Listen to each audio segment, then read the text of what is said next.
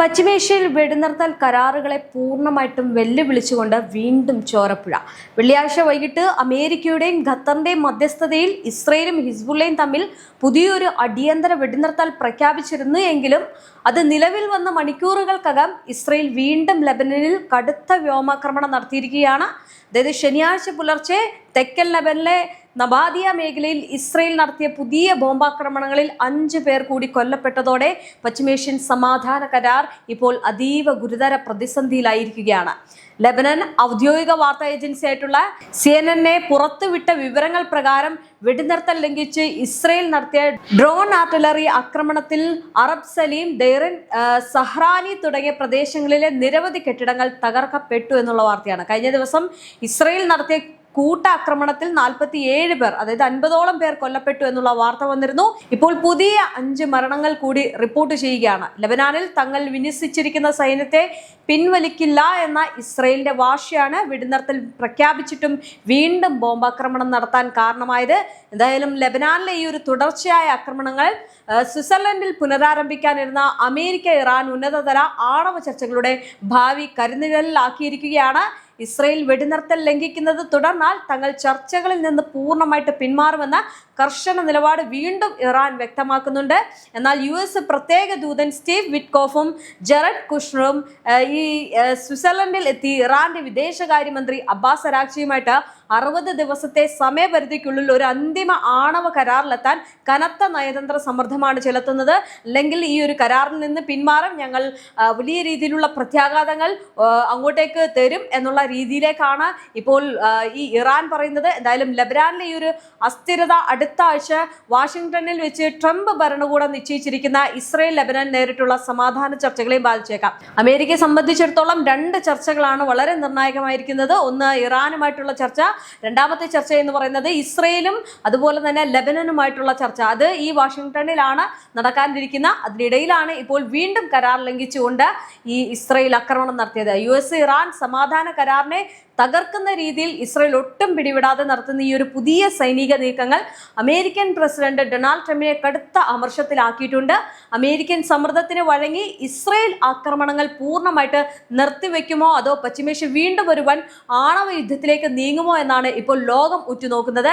ഇസ്രയേലിന്റെ ഈ ഒരു പുതിയ വെടിനിർത്തൽ ലംഘനത്തിനെതിരെ കടുത്ത ഭാഷയിലാണ് ഇറാന്റെ വിദേശകാര്യ മന്ത്രാലയം പ്രതികരിച്ചിരിക്കുന്നത്. തങ്ങൾ സമാധാന ചർച്ചകളിൽ പങ്കാളികളാകുന്നത് അമേരിക്കയുടെയോ ഇസ്രയേലിന്റെയോ സമ്മർദ്ദങ്ങൾക്ക് വഴങ്ങിയല്ല എന്നും തങ്ങളുടെ തന്ത്രപ്രധാനമായിട്ടുള്ള ആണവ പദ്ധതികൾ പൂർണ്ണമായിട്ടും നിർത്തലാക്കാൻ ആരും മോഹിക്കേണ്ടതില്ല എന്നും ഇറാൻ വ്യക്തമാക്കിയിട്ടുണ്ട്. ഒരു അന്തിമവും ശാശ്വതമായിട്ടുള്ള കരാറിൽ ഒപ്പുവെക്കുന്നത് വരെ തങ്ങളുടെ യുറേനിയ സമ്പുഷ്ടീകരണ പ്രക്രിയകൾ പഴയപടി തന്നെ തുടരുമെന്നാണ് ഇറാൻ പറയുന്നത്. ഇസ്രയേലിന്റെ കടന്നാക്രമണങ്ങൾ അവസാനിപ്പിക്കാൻ അമേരിക്കയ്ക്ക് സാധിച്ചില്ലെങ്കിൽ സ്വിറ്റ്സർലൻഡ് ചർച്ചകളിൽ നിന്ന് തങ്ങൾ പൂർണ്ണമായിട്ട് പിന്മാറുമെന്നും ഇറാൻ ഔദ്യോഗികമായിട്ട് മുന്നറിയിപ്പ് നൽകി കഴിഞ്ഞിട്ടുണ്ട്. അതായത് മറുവശത്ത് ഇസ്രയേലിന്റെ ചതിക്ക് തക്കതായിട്ടുള്ള മറുപടി നൽകാൻ തങ്ങൾ സന്നദ്ധരാണെന്ന പ്രഖ്യാപനവുമായിട്ട് ഹിസ്ബുള്ളയും രംഗത്തുണ്ട്. ഇനി തങ്ങൾ വെടിനിർത്തൽ വ്യവസ്ഥകൾ കർശനമായിട്ട് പാലിക്കാൻ തയ്യാറായപ്പോഴെല്ലാം ഇസ്രയേൽ അത് ലംഘിക്കുകയാണ് ചെയ്തത് എന്നാണ് ഹിസ്ബുള്ള തങ്ങളുടെ ഔദ്യോഗിക വാർത്താ ചാനലിലൂടെ വ്യക്തമാക്കിയിരിക്കുന്നത്. അത്തരം വാർത്തകളൊക്കെയാണ് പുറത്തു വരുന്നത്. എന്തായാലും വെടിനിർത്തൽ പ്രഖ്യാപിച്ചെങ്കിലും തങ്ങളുടെ പോരാളികളും റോക്കറ്റ് ലോഞ്ചറുകളും അതീവ ജാഗ്രതയിലാണെന്നും തെക്കൻ ലെബനിലെ തങ്ങളുടെ മണ്ണിലേക്ക് ഇസ്രയേൽ സൈന്യം ഇരച്ചു കയറാൻ ശ്രമിച്ചാൽ അതിശക്തമായിട്ടുള്ള തിരിച്ചടി നൽകുമെന്നുമാണ് ഹിസ്ബുള്ള കമാൻഡർമാർ മുന്നറിയിപ്പ് നൽകിയിരിക്കുന്നത്. അതായത് സമാധാനം ഒരു വശത്ത് ചർച്ച ചെയ്യുമ്പോൾ ഈ സമാധാനത്തെ തകർക്കാൻ വേണ്ടി ബെഞ്ചമിൻ നെതന്യാഹു പെടാപ്പാട് പെടുകയാണ്. അവിടെ ഒരു ചോരപ്പുഴ ഒഴുക്കുകയാണ്. വലിയ രീതിയിലുള്ള ആക്രമണം തൊടുത്തുവിടുകയാണ്. ഈ സമാധാനം നിർത്തലാക്കാൻ നോക്കുന്നത് ഇപ്പോൾ ഈ പറയുന്ന നെതന്യാഹു ആണ്. ഇറാനും ഹിസ്ബുള്ളയും ഒരേപോലെ നിലപാട് ഘടിപ്പിച്ചത് അമേരിക്കൻ പ്രസിഡന്റ് ഡൊണാൾഡ് ട്രംപിനെ വലിയൊരു നയതന്ത്ര പ്രതിസന്ധിയിലാക്കിയിരിക്കുകയാണ്. കഴിഞ്ഞ ദിവസം ഇറാൻ യുദ്ധത്തിൽ പൂർണ്ണമായിട്ട് തകർന്നു എന്ന് ട്രംപ് അവകാശപ്പെട്ടിരുന്നെങ്കിലും അതിനെയെല്ലാം കാറ്റിൽ പറത്തിക്കൊണ്ടാണ് ആണവ പദ്ധതികളിൽ നിന്നും ഒരടി പോലും പിന്നോട്ടില്ല എന്ന് ഇറാൻ വ്യക്തമാക്കിയത്.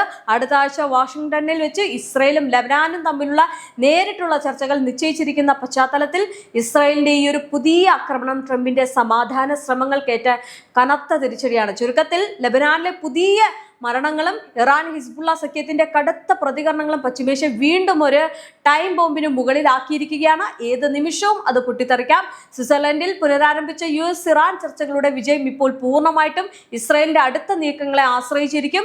ഈ ഒരു 60 ദിവസത്തെ സമയപരിധിക്കുള്ളിൽ ഒരു ശാശ്വത പരിഹാരം കണ്ടെത്താൻ അമേരിക്കയ്ക്ക് കഴിഞ്ഞില്ല എങ്കിൽ പശ്ചിമേഷ്യൻ മണ്ണിൽ ആർക്കും തടയാനാകാത്ത ഒരു വൻ ആണവ യുദ്ധമായിരിക്കും വരും ദിവസങ്ങളിൽ അരങ്ങേറുക. ലബനാനിലെ പുതിയ വെടിനിർത്തൽ കരാർ മണിക്കൂറുകൾക്കകം ഇസ്രായേൽ ലംഘിച്ച് ചോരപ്പുഴ ഒഴുക്കിയതോടെ പശ്ചിമേഷ്യൻ മണ്ണിൽ ഇറാന്റെ ഭാഗത്തു നിന്ന് അതിശക്തമായിട്ടുള്ള സൈനിക തിരിച്ചടിക്ക് വഴിയൊരുങ്ങുന്നു. 5 പേർ കൊല്ലപ്പെട്ട പുതിയ ആക്രമണത്തിന് പിന്നാലെ തങ്ങൾ വെറുതെ ഇരിക്കാൻ ഉദ്ദേശിച്ചിട്ടില്ല എന്ന കടുത്ത മുന്നറിയിപ്പാണ് ടെഹ്റാൻ നൽകിയിരിക്കുന്നത്.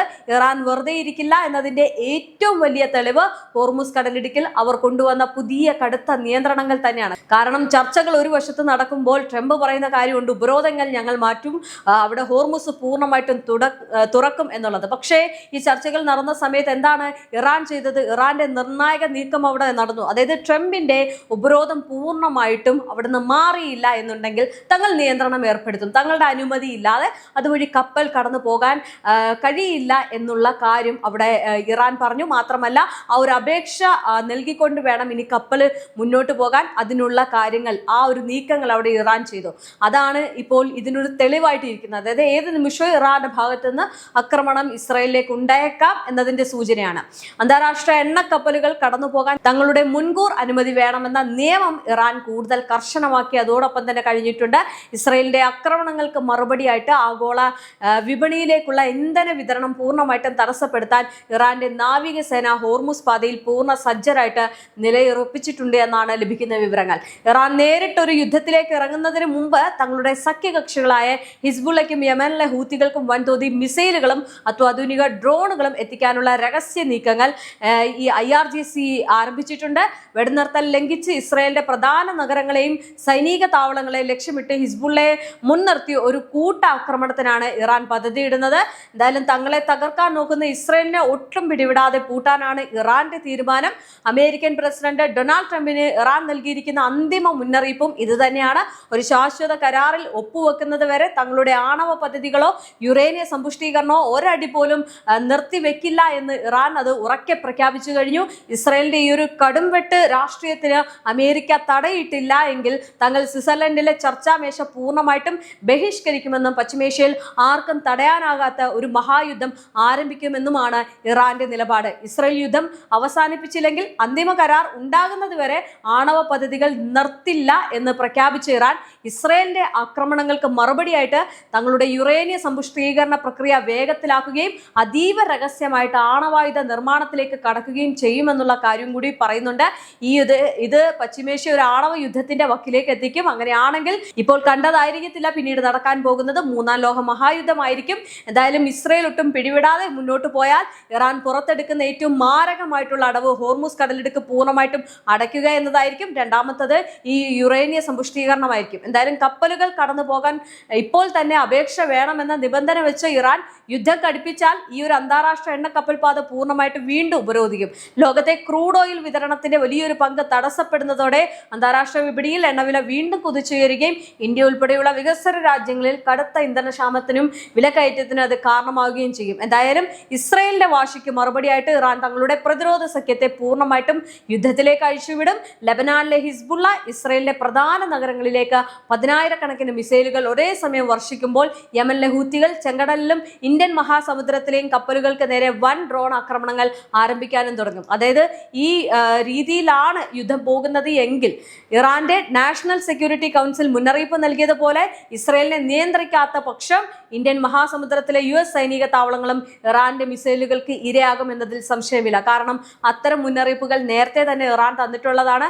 എന്തായാലും ഇപ്പോൾ ഇറാന് ഈ പറയുന്നത് പോലെ തന്നെ ഈ ഹോർമുസിൽ നിയന്ത്രണം കൊണ്ടുവന്നതും അതുപോലെ തന്നെ യുറേനിയ സമ്പുഷ്ടീകരണം നിർത്തിവെക്കില്ല എന്ന് പറയുന്നതും ഈ അമേരിക്ക പറയുന്ന എല്ലാ കാര്യം അംഗീകരിച്ചിട്ട് അവർക്ക് മുന്നിൽ വഴങ്ങില്ല എന്ന് പറയുന്നതിന്റെ ഏറ്റവും വലിയ തെളിവാണ്. ഇനി ലെബനാനിൽ ആക്രമണം തുടങ്ങുന്ന പല തവണയും ഇറാൻ പറഞ്ഞതാണ് ഇത് നിർത്തിയില്ല എങ്കിൽ ഇതിന് വലിയ പ്രത്യാഘാതം നിങ്ങൾ നേരിടേണ്ടി വരുമെന്ന് ഇസ്രായേലിനോട് പറഞ്ഞിട്ടുണ്ട്. അതുകൊണ്ട് ഇസ്രായേൽ ഈ ഒരു യുദ്ധം തുടർന്നു കഴിഞ്ഞാൽ അത് വലിയ രീതിയിലുള്ള പ്രതിസന്ധിയിലേക്ക് പോകും. ഇപ്പോൾ പറയുന്ന സമാധാന ചർച്ചകൾ അവസാനം പൂർണ്ണമായിട്ടും പൊളിയുന്ന ഒരവസ്ഥയിലേക്ക് മാറും. അങ്ങനെയാണെങ്കിൽ ട്രംപിന് പിന്നെ യാതൊരു തരത്തിലുള്ള കാര്യം കാണത്തില്ല. ആകെ മൊത്തത്തിൽ പ്രശ്നവും ട്രംപ് ട്രംപിന് പിന്നെ എങ്ങോട്ടെങ്കിലും ഒളിച്ചോടേണ്ട ഒരു അവസ്ഥയിലേക്ക് ആകും. കാരണം അത്രയേറെ സമ്മർദ്ദം ഇപ്പം രാജ്യത്തിനകത്തുണ്ട്. നവംബറിൽ അവിടെ തിരഞ്ഞെടുപ്പ് വരാൻ പോവുകയാണ്. ഇതിനിടയിലാണ് ഇത്തരം സമാധാന നീക്കങ്ങൾ കൊണ്ടുവരാൻ ട്രംപ് ശ്രമിക്കുന്നത്. എന്തായാലും കൂടെ നിന്ന് ചതിക്കുന്ന രീതിയാണ് ഇപ്പോൾ ഇസ്രായേൽ സ്വീകരിച്ചു വരുന്നത്.